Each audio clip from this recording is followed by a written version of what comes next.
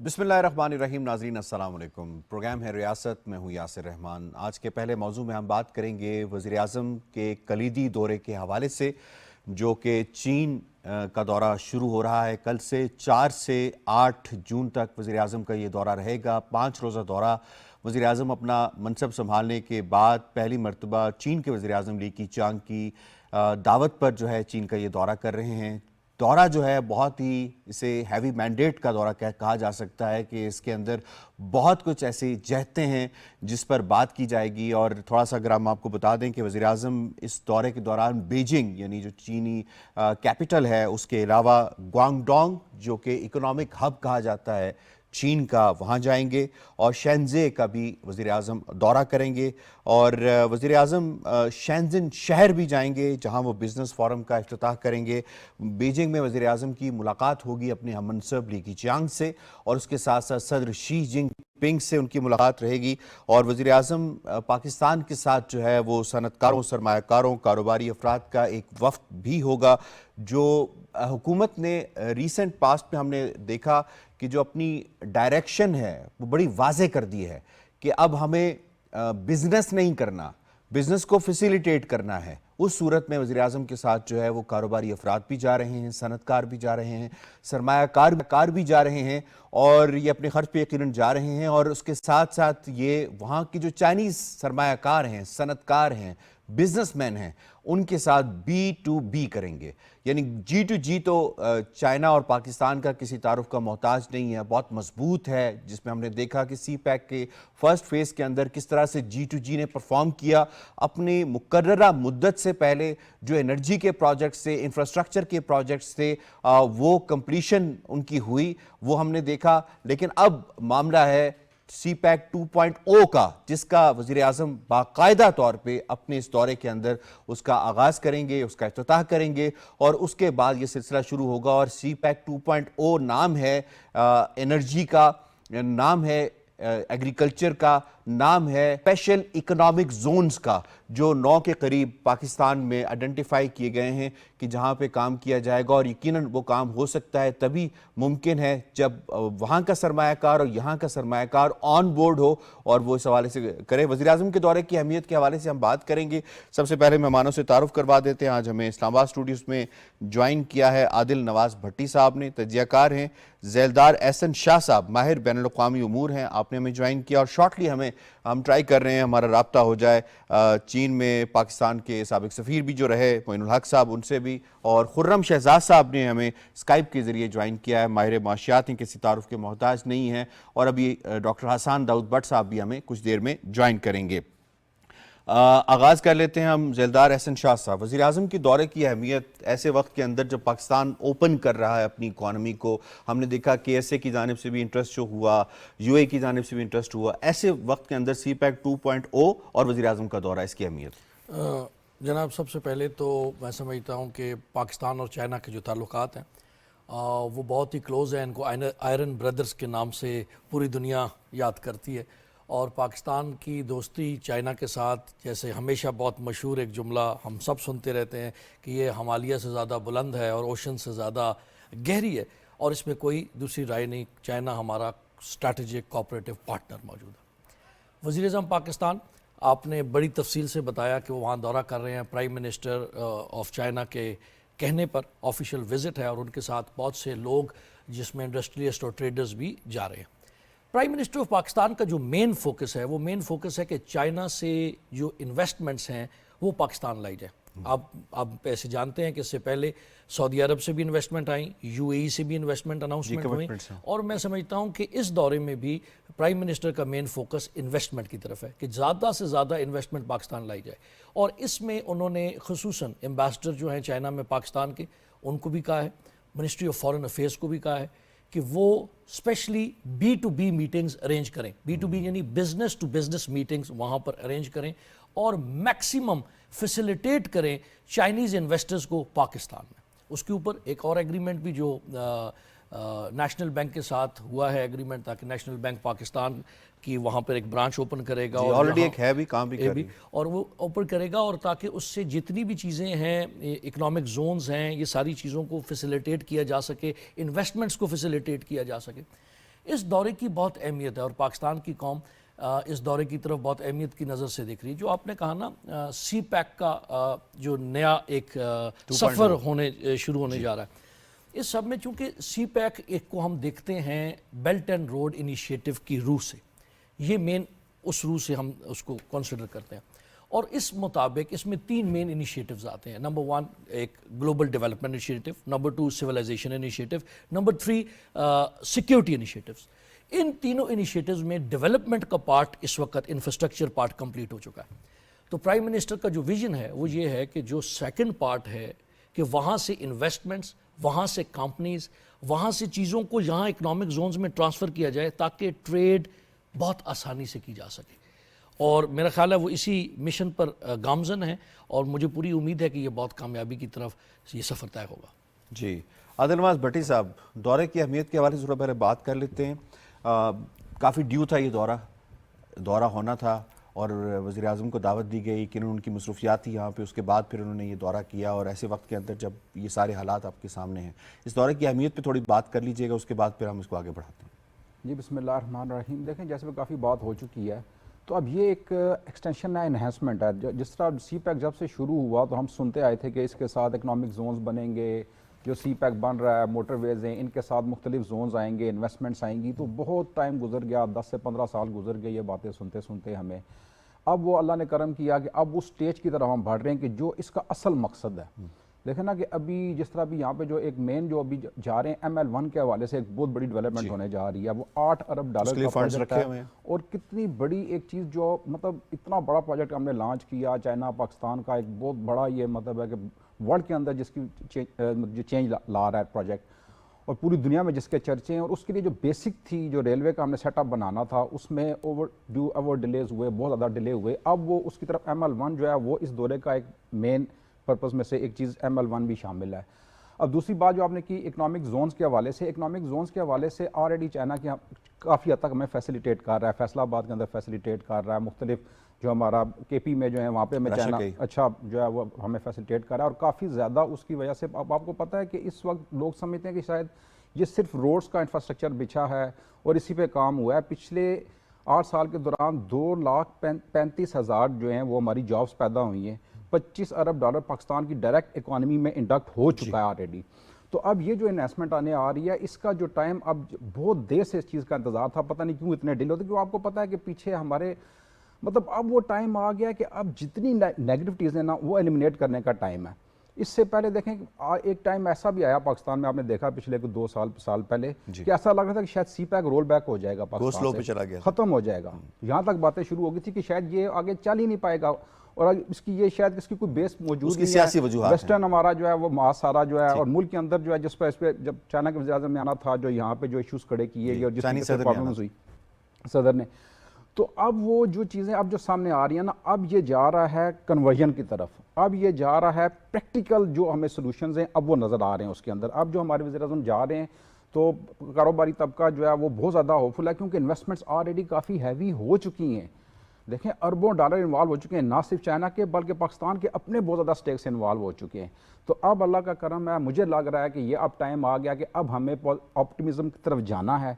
पूरी पाकिस्तानी कौम को इसको एक पॉजिटिव तौर पे लेना पड़ेगा। अब जितनी नेगेटिव चीज़ें हमें एलिमिनेट करनी पड़ेंगी। देखें कब तक हम देखें इकॉनमी के हवाले से, अब देखें डू एंड डाई की स्टेज पे है पाकिस्तान जी। अब $125 अरब का बोझ उठा के और अब जब हमने ये डिसाइड कर लिया कि अब हमें लोन से हटना है, अब ये जो टॉप मोस्ट लेवल से लेके जिस तरह SIFC का जो हमारा चैनल है, वज़ीर आज़म है, जितने भी हमारे इवन के चीफ मिनिस्टर लेवल के ऊपर बात की जा रही है कि अब हटें, इस लोन से हटें। अब यहाँ तक बात की है कि अल्लाह इंशाअल्लाह ताला लग रहा है कि IMF का ये लास्ट पैकेज होगा पाकिस्तान में। अब इस वक्त जो हम जा रहे हैं, हम सिर्फ एक्सटर्नल फाइनेंसिंग की अपनी पोजीशन को बेहतर करने के लिए, अदरवाइज पाकिस्तान के ऊपर से जो एक थ्रेट थी हमारा, हमें लग रहा था कि शायद पाकिस्तान डिफॉल्ट की तरफ जा रहा है, फिस्कल साइड जो है हमारी बेहतरी की तरफ जा रही है। हसन साहब ने भी हमें ज्वाइन कर लिया, उनको भी वेलकम करते हैं। खुर्रम शहजाद साहब, मैं इसमें आपको शामिल करूंगा, ये फरमाइएगा कि अक्सर बात ये होती थी कि जब सी पैक का आगाज़ हुआ कि जो पाकिस्तानी बिजनेसमैन है उसके जो कंसर्न्स हैं उनको एड्रेस नहीं किया गया, उसे ऑन बोर्ड नहीं लिया गया और उसके बावजूद जो है वो चाइनीज़ इन्वेस्टमेंट, अगर ये चाइनीज़ इन्वेस्टर या चाइनीज़ जो सरमायाकार है वो पाकिस्तान में आ जाता है तो काफी प्रॉब्लम पैदा हो सकती है, तनाव की कैफियत पैदा हो सकती है। डोंट यू थिंक कि गवर्नमेंट ने एक बड़ा प्रोएक्टिव मेजर लेते हुए जो सनतकार और कारोबारी तबका अपने साथ लेकर गए हैं प्राइम मिनिस्टर B2B करवाने के लिए, उसके असरात किस तरह से मुरत्तब होंगे? अस्सलाम वालेकुम, बहुत शुक्रिया मुझे लेने के लिए। बिल्कुल एक पॉजिटिव डेवलपमेंट है कि आप जब एंगेजमेंट्स करवाते हैं B2B की, एक्चुअली वहीं पर ही मटेरियलाइज होती हैं चीज़ें। B2B ही होना चाहिए, प्राइवेट सेक्टर को ही फ्रंट लेके जाना चाहिए। चाइना की एग्जांपल है हमारे सामने कि चाइना दुनिया में जहां भी गया है वो अपने प्राइवेट सेक्टर या अपने जो स्टेट उनका तो एक डिफरेंट मॉडल है, बहुत ही एफिशिएंट मॉडल है स्टेट ओन का, तो वो उन कंपनीज को साथ लेके जाता है और उनकी झाग दिखाता है वहां जाके, जो है ना डोमिनेंस क्रिएट करता है, कहता है कि इनके साथ इन्वेस्ट करें और हम इन्वेस्टमेंट भी करते हैं और एक्चुअली इन कंपनीज की भी इन्वेस्टमेंट करते हैं। तो बिल्कुल सही स्ट्रैटेजी है ये। अच्छा, मेरे पास थोड़े से कंसर्न्स हैं जो मेरे ख्याल में प्राइम मिनिस्टर साहब को अपने इस विकेट से फायदा उठाते हुए करने चाहिए। जी देखिए, इस वक्त हमें जो प्रॉब्लम है ना वो क्या है, इमीडिएट प्रॉब्लम्स क्या है चाइना के साथ, और बड़ा खुल के हमें इस पे जो है ना वो डिस्कस करना पड़ेगा। और एक्चुअली प्राइम मिनिस्टर साहब को बहुत ज्यादा एक डेयरिंग कॉल लेनी पड़ेगी इस पे। वो है आईपीपीएस की पेमेंट्स। इस वक्त आईपीपी की पेमेंट्स जो है 1.98 बिलियन डॉलर्स हैं सिर्फ चाइना की। तकरीबन 550 अरब रुपए देने हमने उनके इस साल, अगले साल तो और ज्यादा है। और चाइना का दूसरा बड़ा जो इशू है हमारे साथ वो है डेट का। और डेट हमारे पास जो चाइना का है, टोटल पब्लिक डेट हमारा, फॉरेन डेट जो है ना वो 100 अरब डॉलर का है रफली। इसमें चाइना का जो पोर्शन है वो तकरीबन कोई 27-28 अरब डॉलर है। और चाइना की यहाँ पे खुर्रम साहब, अगर आप मुझे अलाउ करें तो अगर मुझे अलाउ करें, सॉरी फॉर द इंटरवेंशन, ये फरमाइएगा कि ये जो 27-28 अरब डॉलर को आप लोन कह रहे हैं, जबकि चाइनीज साइड भी और पाकिस्तानी गवर्नमेंट साइड भी जो 25 बिलियन की फिगर दे रही है वो एज एन इन्वेस्टमेंट दे रही है, तो उस पर ठीक है गारंटीड रिटर्न्स तो है गवर्नमेंट ऑफ पाकिस्तान के। नहीं, ऐसा नहीं है, बिल्कुल ऐसा नहीं है। स्टेट बैंक की फिगर उठा के देख लें आप, डेट में काउंट होता है, कोई इन्वेस्टमेंट नहीं कह रहा है, इसको आप उठा के देख लें। मैं तो नहीं कह रहा, मैं तो स्टेट बैंक की बात करता हूँ, स्टेट बैंक कह रहा है। तो स्टेट बैंक से आप पूछें कि ये इन्वेस्टमेंट में क्यों नहीं डाला हुआ है, इन्होंने डेट में क्यों डाला हुआ है, तो मैं तो वही लूंगा जो स्टेट बैंक कहेगा, जो स्टेट आपकी स्टेट की फिगर्स है। ठीक, तो खैर मैं अगर इसको कह रहा हूँ कि 27-28 बिलियन डॉलर्स का डेट है, ये 25 बिलियन आप कह लें, और उसके अंदर जो आईपीपीएस की पेमेंट्स है, देखिए ये क्रिटिकल इशू है, इसको हल करना होगा। सेकेंडली मैंने कहा कि कर्जे जो है ना हमारे पास, कर्जों को किसी तरह चाइना के साथ बैठ के रीप्रोफाइल करना होगा, क्योंकि आईएमएफ ये कहता है कि आपके कर्जे अगले साल के अच्छे खासे अगले 3 सालों के 77-78 अरब डॉलर हैं, और हमें उसके अलावा भी इकोनॉमी चलाने के लिए पैसे चाहिए अच्छे खासे, जो कि 90-95 बिलियन डॉलर्स बनते हैं। इसमें काफी हिस्सा जो है वो चाइना का है। आईएमएफ का इतना हिस्सा नहीं है, वर्ल्ड बैंक का इतना हिस्सा नहीं है, पेरिस क्लब का इतना हिस्सा नहीं है जितना चाइना अलोन उसका लोन है। एक तो आईपीपीएस की पेमेंट्स का हल हमें चाहिए, हमें थोड़ा सा आगे उसकी बढ़ानी पड़ेगी पेमेंट्स, हम उसको डेट में कन्वर्ट कर दें। हम कहें कि जी ये जो आपने आईपीपीएस की पेमेंट्स है काइंडली इसको डेट में कन्वर्ट कर दें, 2-3 साल बाद हम पेमेंट्स कर लेते हैं आपका पब्लिक डेट में। दूसरी बात क्या है, मैंने कहा कि डेट को आप रीप्रोफाइल करें कि हम आपके जो कर्जे हैं वो कुछ अरसे बाद दे देंगे, आप हमारे बड़े अच्छे दोस्त हैं, बहुत स्ट्रॉन्ग दोस्त हैं, और ये कर सकते हैं। थर्ड जो सबसे बड़ा इशू है वो एफटीए का है। जो फ्री ट्रेड एग्रीमेंट है चाइना के साथ, वो हमारे लिए इतना फेवरेबल नहीं है जितना चाइना के लिए है। काइंडली उस पर बात की जाए, उसकी डिटेल्स पे बात की जाए, उससे फायदा क्या होगा। इस वक्त देखें चाइना के साथ सबसे बड़ा जो ट्रेड डेफिसिट है ना हमारा, वो चाइना के साथ है, यानी कि चाइना से सबसे ज्यादा इंपोर्ट करते हैं और चाइना को सबसे कम एक्सपोर्ट करते हैं। दूसरी बात क्या है, यूएस के साथ हमारा सबसे ज्यादा ट्रेड सरप्लस है। यूएस को और यूरोप को हम ज्यादा एक्सपोर्ट करते हैं, इंपोर्ट कम करते हैं वहां से। तो चाइना के साथ हमें तो खुर्रम शहजाद साहब, ये तो आप देख ले पूरी दुनिया का अगर बैलेंस ऑफ ट्रेड देखा जाए तो चाइना उसमें सरप्लस पे ही जाता है, चाइना के डेफिसिट पे तो जाता नहीं है। तो दुनिया की फैक्ट्री इसीलिए तो चाइना को कहा जाता है। एवेन्यूज हैं इसको इंप्रूव करने के, उसीलिए हम बात करें। ऐसी चीज जब यहाँ पे स्टैब्लिश होती हैं तो अल्टीमेटली यहाँ से एक्सपोर्ट्स बढ़ने की चांसेस होंगे। देखिए ये तो इफ्स एंड बट्स है ना, कि अगर ये होता है तो होगा, वो तो डेफिनेटली होगा, उस पर तो हम बात करते रहेंगे कि जी ऐसी चीज डेवलप होती है, उस पर प्रोसेसिंग जोन लगते हैं, उसमें चाइना। आप मुझे बताएं, इस वक्त आपको एक एग्जांपल देता हूँ, बहुत बड़ी अपॉर्चुनिटी है चाइना, बहुत बड़ी अपॉर्चुनिटी। मैंने इसमें एक पेपर भी बना के दिया है हाइप्स को कि हम कैसे चाइना को टैप कर सकते हैं। इस वक्त अमेरिका चाइना की जो ट्रेड वॉर है, इसके लिए चाइना सेकेंड होम ढूंढ रहा है। वियतनाम को उसने टैप किया है, थाईलैंड को टैप किया है, बांग्लादेश को टैप किया, तो पाकिस्तान क्यों नहीं होता। आपके अपने प्रॉब्लम्स ये हैं कि एसईसी के अंदर टैक्स के एनोमलीज हैं। एसईसी के अंदर टर्नओवर टैक्स लगता है 1.25%। हालांकि एसईसी का लॉ ये कहता है कि जो भी इन्वेस्ट करेगा एसईसी में 10 साल तक उसका जो है ना वो। ठीक है, आपने एसईसी की बात की है, एसईसी की बात की, मैं बहुत इस हवाले से खुर्रम शहजाद साहब जी एक इंपॉर्टेंट पॉइंट है, ये बड़ा इंपॉर्टेंट है, जी, इसको जी, जी, ठीक करना बात- होगा, आप चाइनीज इन्वेस्टमेंट कर सकते हैं।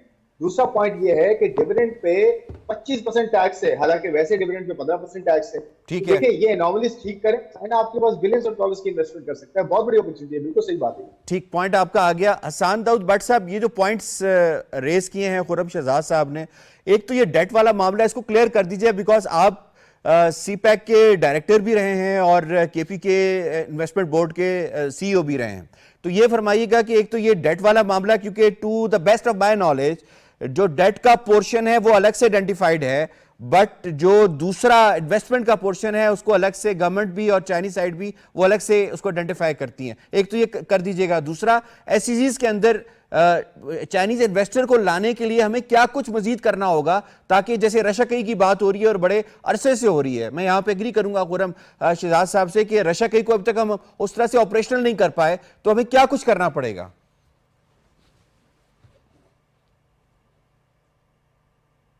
जी डॉक्टर हसन साहब, डॉक्टर हसन साहब की आवाज। जी जी जी ठीक है। डॉक्टर साहब अपनी अनम्यूट कीजिएगा जरा। जी मैंने कर दिया। जी जी प्लीज आप बात कीजिए, सवाल सुन लिया आपने। इस सिलसिले में जो डिस्कशन है डेट की या प्राइवेट लोन्स की, ये आई थिंक बहुत we have cross that bridge और हम बहुत आगे निकल चुके। और मेरे ये जाती ख्याल ये है कि हमें अब इस तरफ स्पेशली इस टाइम पे एक इम्पोर्टेंट क्रॉस रोड पे, जबकि हमारे इकोनॉमी के बहुत सारे चैलेंजेस हैं और उनको एड्रेस करने के जो सबसे हमें बहुत ही लो हैंगिंग नज़र आता है, लो हैंगिंग फ्रूट के तौर पे, वो चाइना पाकिस्तान इकोनॉमिक कॉरिडोर या पाकिस्तान की चाइना के साथ दोस्ती है। और आपने खुद भी अभी फरमाया कि चाइना जो है वो फैक्ट्री ऑफ द वर्ल्ड है।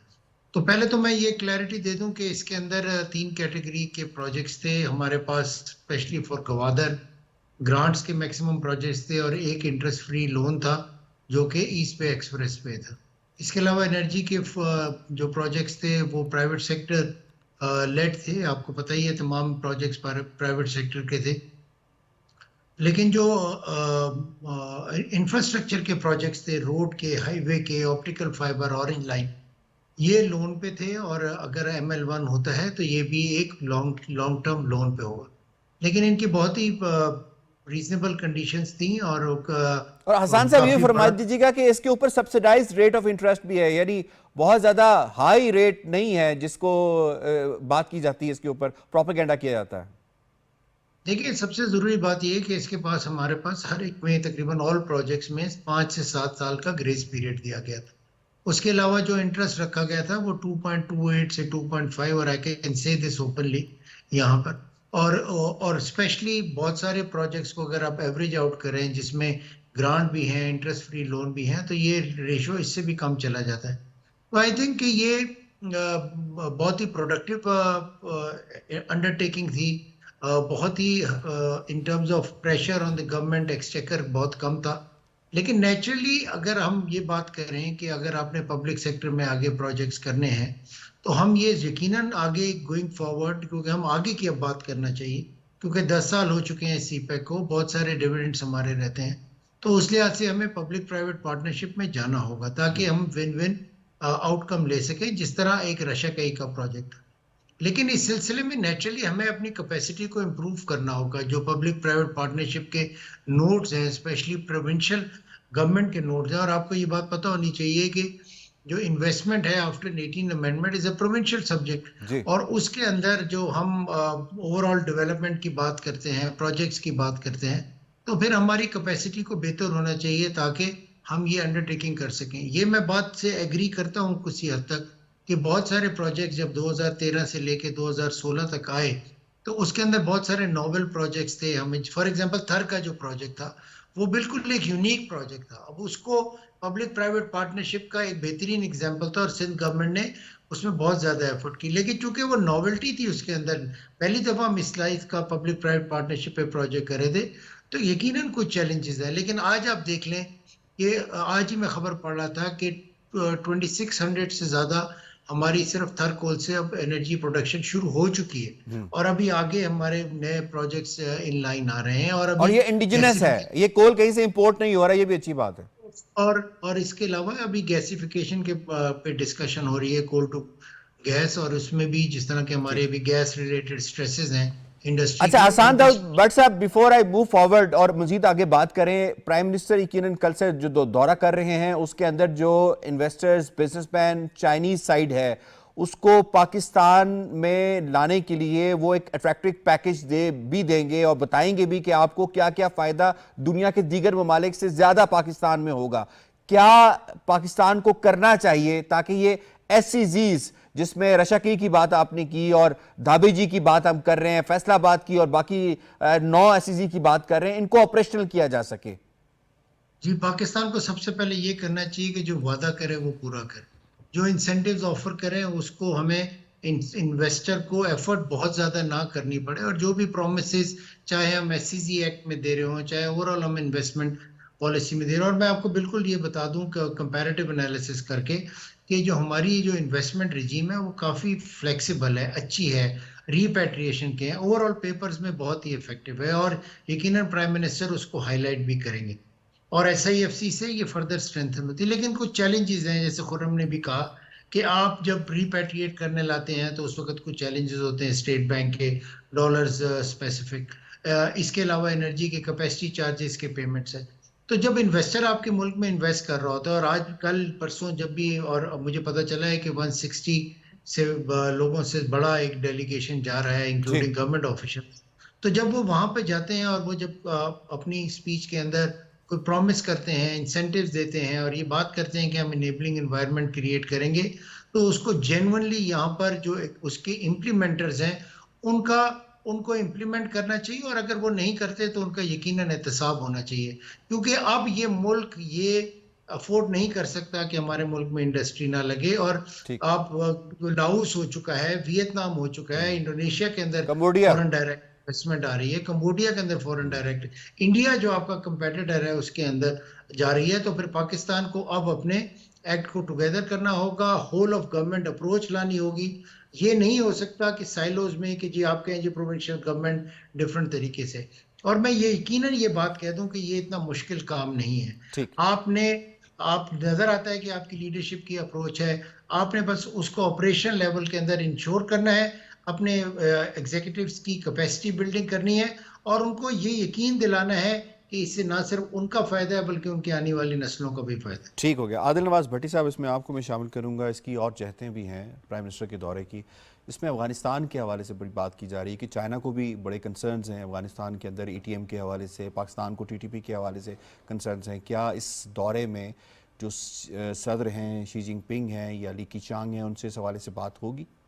जी देखें, अब लेकिन जो अफगानिस्तान वाला मैटर है वो पाकिस्तान ने डायरेक्टली देखना है ना। अब देखें, जब ये तालिबान की हुकूमत आई थी तो उस वक्त ये एक बहुत बड़ी परसेप्शन डेवलप थी कि शायद अब वो टाइम आ गया है कि अब हमारा वेस्टर्न जो है वो साइड ओपन होगी और चीज़ें ओपन हो जाएंगी, लेकिन हम उसको नहीं सेटल कर पाए। तो अब चाइना तो इसमें एक्सटर्नल जो फोर्सेज है वो तो स्टेक होल्डर है, नहीं स्टेक होल्डर जरूर है, लेकिन पाकिस्तान और अफगानिस्तान के दरमियान मेरा नहीं ख्याल कि चाइना को बहुत ज़्यादा रोल प्ले कर सकेगा। पाकिस्तान को खुद ही अपनी चीज़ें एड्रेस करनी है, अफगानिस्तान के साथ जो इशूज चल रहे हैं हमारे, उसको खुद जाना पड़ेगा। चाइना को एज अ स्टेक होल्डर भी कंसर्न है अपनी ETIM के हवाले से। बिल्कुल ऐसे ही है वो। हाँ, लेकिन हमें अपना देखें ना, वेस्टर्न जो साइड है हमें वो हमारी इसकी बेस लाइन है हमारे, उस पर हमें सबसे ज़्यादा फोकस करने की ज़रूरत है। अभी तक हम उसको जो है ना उस तरीके से टेक ऑन नहीं कर रहे उन चीज़ों को। वेस्टर्न साइड हमें क्लियर होगी तो हमारा CPEC चलेगा, वेस्टर्न साइड ओपन नहीं होगी तो CPEC की आगे क्या डेवलपमेंट किस तरह आगे चलेगी। एक जो बात मैं मेंशन करना चाहूँगा, जो बात करना चाहूँगा, देखें मैं पहले भी जैसे मैंने बात शुरू की कि कब हमारी नेगेटिविटीज़ ख़त्म होंगी CPEC के हवाले से, इस हवाले से देखें। अब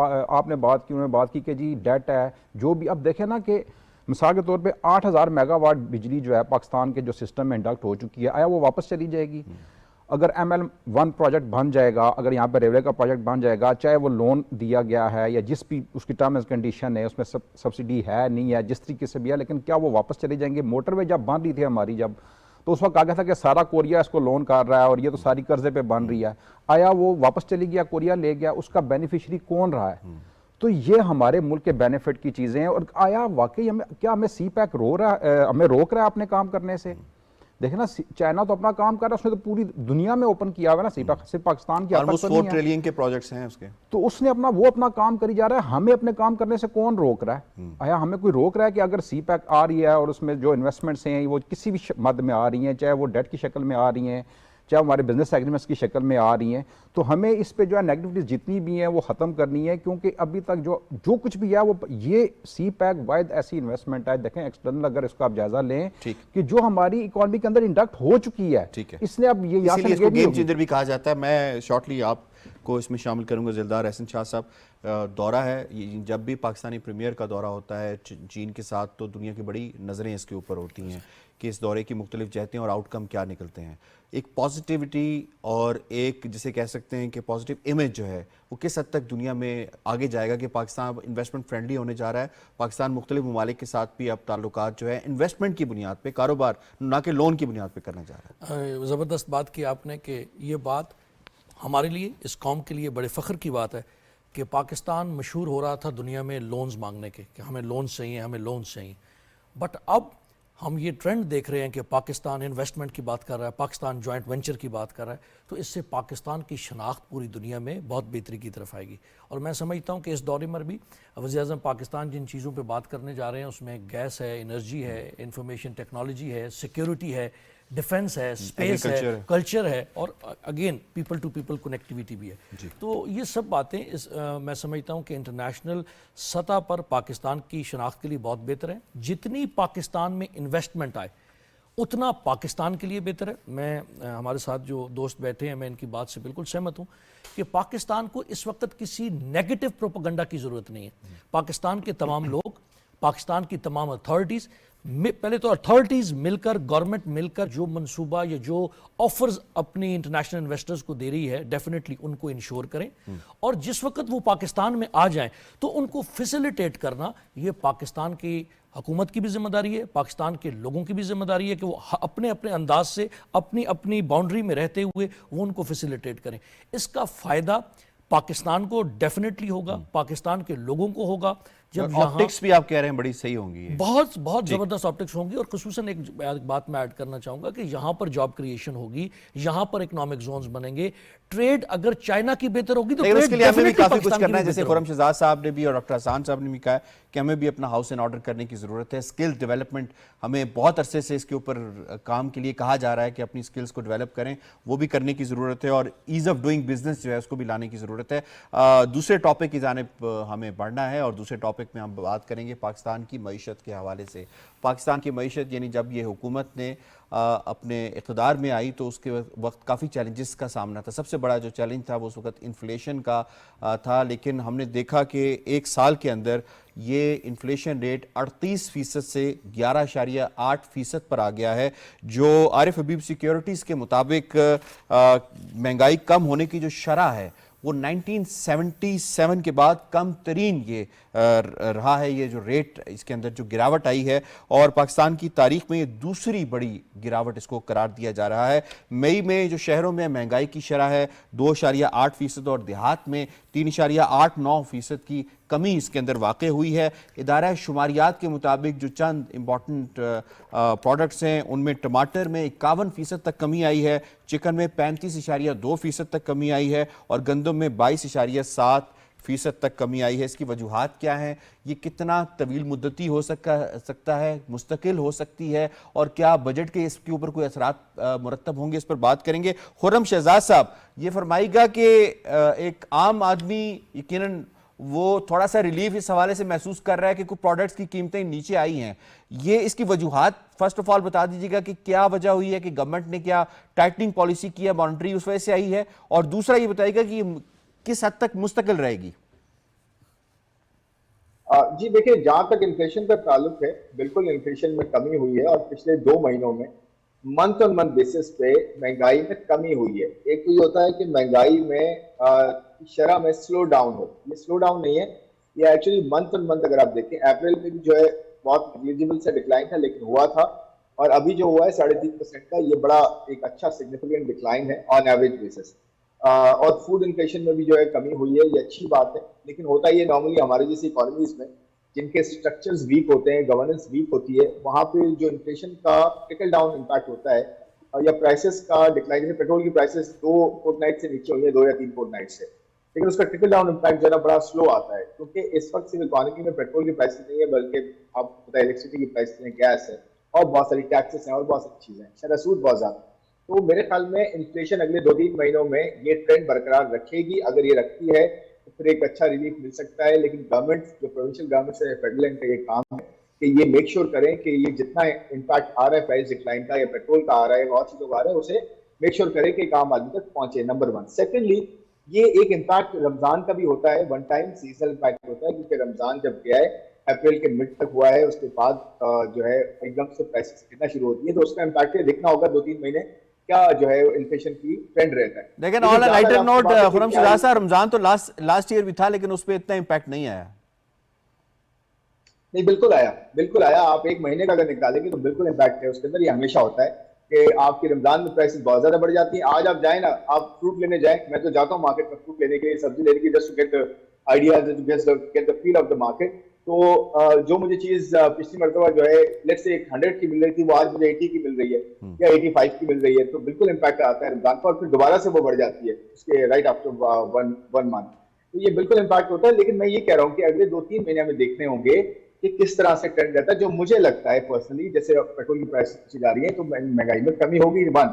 सेकेंडली, देखिए ये गवर्नमेंट का काम नहीं है, प्राइमरीली स्टेट बैंक का काम है, सेंट्रल बैंक का काम है महंगाई पे कंट्रोल करना या महंगाई को एक कंटेन रखना, एक सर्टेन अमाउंट तक उसको लेके चलना, क्योंकि उसके पास बहुत इंपॉर्टेंट चीज मॉनेटरी टूल है जिसे इंटरेस्ट रेट कहते हैं, शरह सूद कहते हैं, उससे इकोनॉमी को नुकसान हो रहा है। आपने शरह सूद के हवाले से बात की, ये फरमाइएगा खुर्रम शहजाद साहब जी, सॉरी टू कट यू, ये फरमाइएगा कि क्या अब महंगाई के अंदर कमी हो रही है? आपका एनालिसिस क्या कहता है कि शरह सूद में कुछ कमी वाकई होगी, और क्या उस कमी के वाकई होने से चीजें दोबारा रिवर्स गियर में तो नहीं चली जाएंगी?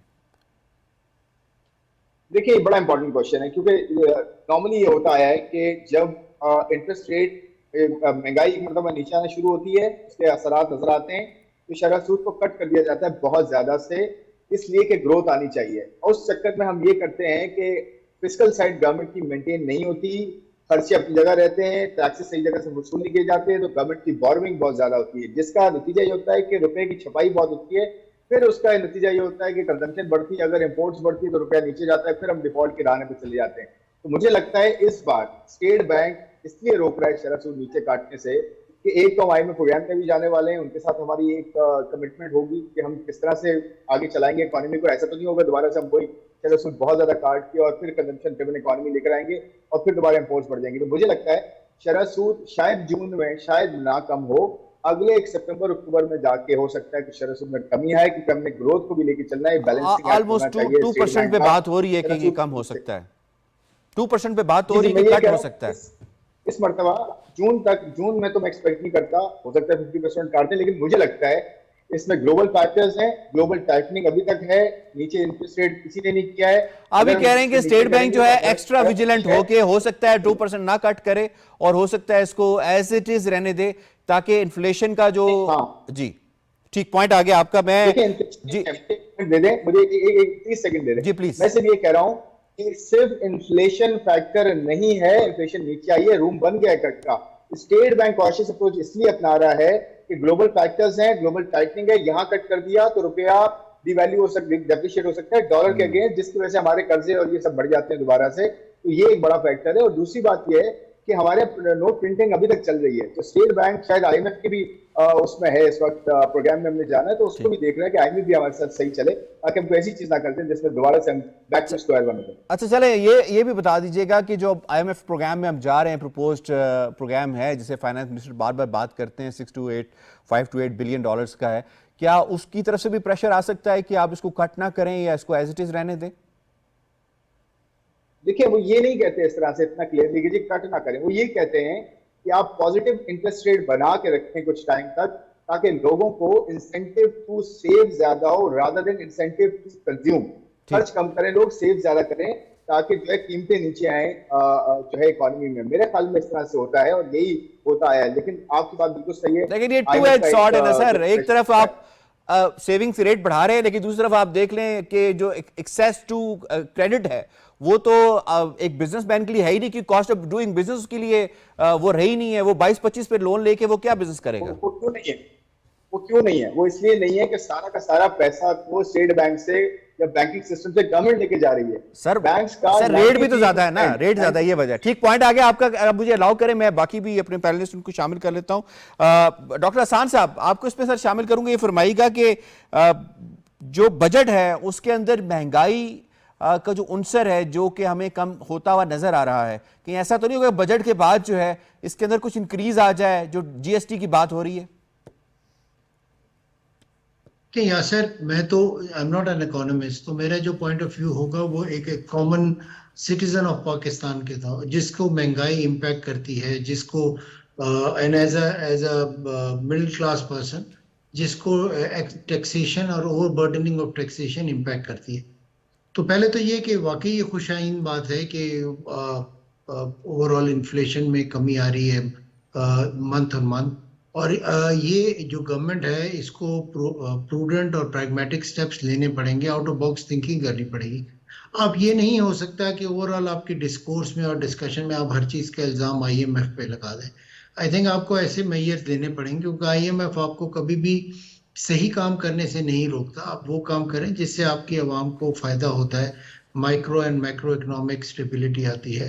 तो ये जो चीज़ें हैं ये बहुत ज़रूरी होती हैं। फॉर एग्जांपल मैं आपको सीपैक की एग्जांपल देता हूँ। कभी भी आईएमएफ ने सीपैक को, और ये बहुत सारे गलत उलाम है कि शायद आईएमएफ रोकता, आईएमएफ ने कभी भी सीपैक के प्रोजेक्ट्स के बारे में नहीं कहा, क्योंकि वे समझते हैं कि अगर फॉर एग्जांपल ML1 का प्रोजेक्ट आ जाएगा तो उससे कॉस्ट ऑफ ट्रांसपोर्टेशन कम होगी और ट्रेड और रीजनल कनेक्टिविटी आएगी, स्टिमुलस भी होगा। देखिए इस वक्त जो जी, और इस वक्त जो मैं किसी और चीज की तरफ एक आपको लेके जाता हूँ, वो ये कि अभी जो वर्ल्ड इकोनॉमिक फोरम होता है उसने जो रिस्क आइडेंटिफाई किए हैं, उसने ये कहा है कि जो रिस्क है, नेचुरली इन्फ्लेशन एक रिस्क है, क्लाइमेट चेंज एक रिस्क है, लेकिन जो नंबर 1 रिस्क है वो मिस इन्फॉर्मेशन और डिस इन्फॉर्मेशन है, स्पेशली एट अ टाइम जहां पर आपकी 60% of your world population is going into election, और इसके अंदर नए रेटरिक आते हैं, अपोजिशन कुछ बात करती है, गवर्नमेंट कुछ बात करती है, या और इसीलिए हमें आई थिंक कि ये सोचना चाहिए कि रियलिस्टिक रहें, प्रैग्मेटिक रहें, और ऐसे मेजर्स लेने की कोशिश करें जिससे अवाम का फायदा हो। फॉर एग्जांपल आपने कॉस्ट ऑफ प्रोडक्शन की बात की, कॉस्ट ऑफ डूइंग बिजनेस की बात की। आई थिंक उसके सबसे बड़ा इम्पेडिमेंट जो है वो आपकी इलेक्ट्रिसिटी की कॉस्ट है, और जो इसकी कॉस्ट आप बढ़ेगी तो उसका एक ही जरिया है, और हम आपके पिछले टॉपिक की तरफ आते हैं कि उसके जरिए हाइडल प्रोजेक्ट्स हैं, और वो आप कैसे लगा सकते हैं? आप सीपैक और चाइना की सपोर्ट से लगा सकते हैं। आप कह रहे हैं दयामिर बादशाह को जल्दी से जल्दी एक्टिवेट करने की जरूरत है ताकि हमें हाइडल ऐड ऑन हो जाए, और ऐसे तमाम मेजर्स लें जिससे आपकी एम्प्लॉयमेंट बढ़े, आपकी इंडस्ट्रियलाइजेशन बढ़े, आपकी बिजली की कीमत कम हो, और ये तमाम मेजर आपके इन्फ्लेशन को कम कर देंगे। ठीक जी, मैं आदिल नवाज भट्टी साहब ये फरमाइएगा, ट्रिकल डाउन इफेक्ट की बात हुई, हमारे दोनों पैनलिस्ट ने बात की है, एक आम आदमी तक इसके असर को पहुंचाना कितना ज़रूरी है? देखिए अभी बात हो रही है जिस तरह कि सबसे पहली बात तो यह ना कि हमें देखना है कि हमें अवाम की क़ुव्वत ख़रीद के बारे में तो देखना है ना, ठीक है, इन्फ्लेशन के बारे में बात हो, बेहतर तो हुई है जो आदाद शुमार है जी बिल्कुल, अवाम की क़ुव्वत ख़रीद के बारे में भी सोचना है। फिर दूसरा कुछ ऐसे हमें वैन्यूज़ जो हमारे क्लोज पड़े, जिस तरह अभी मिसाल के तौर पर इंडिया के साथ ट्रेड की बात हो रही है, ईरान के साथ ट्रेड की बात हो रही है, ठीक है। देखिए ये वो चीज़ें हैं जो डायरेक्ट पाकिस्तानी इकानमी की, जो इन्फ्लेशन की अभी जो बात की जा रही है ना, ये सारे हैं कि मिसाल के तौर पे आपने अपने एक्सपेंडिचर्स में कट डाउन कर दिया, ऑयल प्राइसेस जो है वो डाउन हुई है, उसकी वजह से बेहतर हो गया, कुछ आपका रेवेन्यू बढ़ गया है, कोई आपकी एक्सटर्नल फाइनेंसिंग आ गई है, तो मुख्तलिफ फैक्टर्स हैं जो इस वक्त आपकी इन्फ्लेशन को नीचे लेके जा रहे हैं। लेकिन आया ये सस्टेनेबल है, आया ये चीज़ें आगे हमारा सस्टेन करेंगी? तो ये सस्टेन नहीं करेंगी। लेकिन एक चीज़ यहाँ पे अप्रिशिएट करने की ज़रूरत है कि ये सारा डिक्लाइन ग्रेजुअल डिक्लाइन है, जो IMF भी इसको जो है वो अप्रिशिएट करता है कि आप बजाय कि एकदम डिक्लाइन कर दें, ग्रेजुअल डिक्लाइन से ये होगा कि ये सस्टेनेबल रहेगा। बिल्कुल ऐसा ही है, लेकिन ये है कि हमें देखना पड़ेगा ना, हमें नए ओपनिंग्स करनी पड़ेंगी, हमें इंडिया के साथ जाना पड़ेगा ट्रेड के लिए, बहुत ज़्यादा वो एक सफारती मसला भी है, उसका कश्मीर के ऊपर पाकिस्तान का एक जो मौक़िफ़ है उसको तो कोई दूसरी राय है नहीं है, जो पाकिस्तान का स्टांस है उसके ऊपर रहेगा, लेकिन पाकिस्तान ने उस पर स्टेप्स लिए हैं, डिले अगर है तो इंडिया की जानिब से है। ऐसे ही है। तो फिर उसके बाद ईरान के हवाले से जो हमारे हमें डेवलपमेंट समय करने की जरूरत है। बात हो रही थी ना, देखें इंटरेस्ट रेट के हवाले से एक बहुत ज़रूरी पॉइंट है करना कि अभी हम हमारा रोशन डिजिटल अकाउंट का जो हमने एक सेटअप जो बनाया था उसके अंदर अब आपने पिछले 3 माह से 6 माह के दौरान इंतहाई तेज़ी से हमारा पैसा वहाँ से निकल के वापस जा रहा है। उसकी क्या वजह है कि उन्होंने अब यूएसए के अंदर मुख्तलिफ कंट्रीज़ के अंदर ना उन्होंने डॉलर के ऊपर जो है वो इंटरेस्ट रेट बढ़ाना शुरू किया हुआ है। अब जब हम अपने जो हमारे रोशन डिजिटल में जो पैसा आया उसको हम 11% दे रहे हैं और जो पाकिस्तान जो वैसे हमने रखा हुआ हमने 22% रखा हुआ है। तो हमारे लोग अब देखें, वो एक टाइम था जब पेट्रोलिज्म की बात थी कि लोग कहते थे जी ठीक है पाकिस्तान में, अब लोग हमारे लोग मतलब पूरा ओवरसीज पाकिस्तान हमारे लोकल यहाँ के पाकिस्तानियों से ज़्यादा अल्ट्रा स्मार्ट है। ट्रिकल डाउन इफेक्ट के लिए हमारी गवर्नमेंट मशीनरी को खास तौर पे ये जो डीसीज हैं और एसीज हैं इनको कितना ज़रूरी है काम करना कि इंश्योर करेंगे जो प्राइस कमेटीज बनाई गई हैं वो इसको नीचे आम आदमी तक पहुँचाएँ। देखें इसके साथ साथ फिर हमें ये देखना है, जैसे आपने डीसी एचएस की बात की ना, कि देखें दुनिया के अंदर जो है ना cities as a economic engine काम कर रही हैं। अब वहाँ पे देखें म्यूनसिपल कॉर्पोरेशन के लेवल तक जो है ना टैक्सेशन का एक निज़ाम है। वहाँ पे आपको टैक्स जनरेट करना और टैक्स को खर्च करना दोनों की अकाउंटेबिलिटी है। हम अगर इस तरह अगर लोकल सिस्टम पे हम अगर चले जाएं लोकल एडमिनिस्ट्रेशन के अंदर इस हद तक हमें ना अपनी सिटीज़ को इकोनॉमिक इंजन की तरफ हम है पजट इतनी हमारी सिटीज़ हो चुकी हैं कि हम इस तरफ क्या कर रहे हैं। हमारे डीसीज एसी के करने वाले काम है हम उनको दिए हुए हैं, हम तो सिर्फ प्राइस कंट्रोल इन चीज़ों पर उनको लगा के रखते हैं। अभी देखें ना कि वेस्ट मैनेजमेंट की बात हुई, इस तरह की हमने पूरा एक ढांचा खड़ा कर दिया। मतलब ये सारे हम वो इस तरह के मैयर्स जो हैं हमें अगर हम सिटीज़ को इकोनॉमिक इंजन के तौर पे यूज़ करें, जिस तरह दुनिया के मॉडल्स को अगर हम स्टडी करें कि वहाँ पे अब आपकी म्यूनसिपल कॉर्पोरेशन के अंदर टाउन कमेटीज़ के अंदर भी एक टैक्सेशन का जो निज़ाम है कि वहाँ पे आपको टैक्स जब आप जनरेट कर रहे होते हैं और जो खर्च कर रहे होते हैं उसका एक मैकेनिज्म मौजूद है। हमारे मुल्क के अंदर एक छोटी सी एक बात मैंने करनी है कि हमारी एक जो ये होती है टाउन कमेटी जो यूनियन कौंसल होती है, एक यूनियन कौंसल का हमारा सालाना बजट जो है वो तकरीबन 10 से 15 करोड़ रुपया है। बाद जो हमारी अर्बन एरिया के नज़दीक तरीन जो यूनियन कौंसल्स होती हैं वहाँ पे 20 से 25 करोड़ रुपए तक भी हमारा बजट होता है। तो ये 5 साल का 1 अरब रुपया बनता है। अब अगर 1 अरब रुपया या 70 करोड़ से 1 अरब अगर यूनियन कौंसल के लेवल पर ले जाकर देखें तो नजर आना चाहिए, तो नजर आना चाहिए। तो ये सिस्टम तो हमें बहुत नीचे तक जो है ना इस पर काम करने की जरूरत है, जिस पर बिल्कुल काम नहीं हो रहा। पेट्रोलियम प्राइसेस में जी खातिर खा कमी हुई है, उस कमी का असर जो है वो आना कितना ज़रूरी है, नजर आना आम आदमी की ज़िंदगी के अंदर। सर नंबर 1 आम आदमी की ज़िंदगी में बहुत मसाइल हैं ऑलरेडी, और इन्फ्लेशन रेट जैसे कि आपने कहा कि 22% से 11.8 से 11.8 पे 38 मैक्सिमम था, पे 22 था और फिर 11.8 और ऑनरेबल मिनिस्टर ने प्रेडिक्ट किया था कि हम 13.5 से 14.5 तक आ जाएंगे। मेरा ख्याल है जो इन्फ्लेशन रेट 11.8 पे आया है, हुकूमत पाकिस्तान और तमाम स्टेक होल्डर्स खराज तहसीन के मुस्तहिक हैं और ये खुशाइन खबर है तमाम लोगों के लिए भी। बट इसके साथ साथ एक और बात को देखना भी बड़ा इंपॉर्टेंट है, प्राइसेस बहुत सी चीज़ों की रेज भी हुई हैं, पोटैटो की, मीट की, मुख्तलिफ दालों की, कुछ किसी की 14%, किसी की 4%, किसी की 1.5%।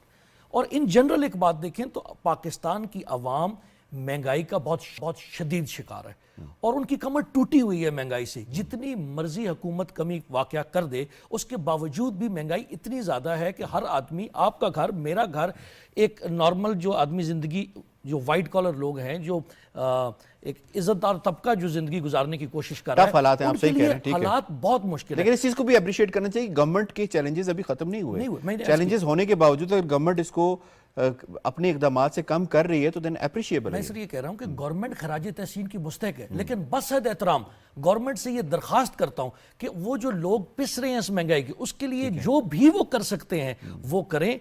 लोग उनकी तरफ उम्मीद से देख रहे हैं। खातिर खा रकम बेनजीर इनकम सपोर्ट प्रोग्राम में दी गई है जी, और काफी बेहतरी है, इससे लोग खुश हैं। ठीक है, चले I have to wind up जी। मुझे शुक्रिया अदा करना है अपने मुअज़्ज़िज़ मेहमानों का। आज के दोनों मौज़ूआत के हवाले से आपने तज्ज़िया किया। प्रोग्राम रियासत से इतना ही। यासिर रहमान को दीजिए इजाज़त। अल्लाह ने के बाद।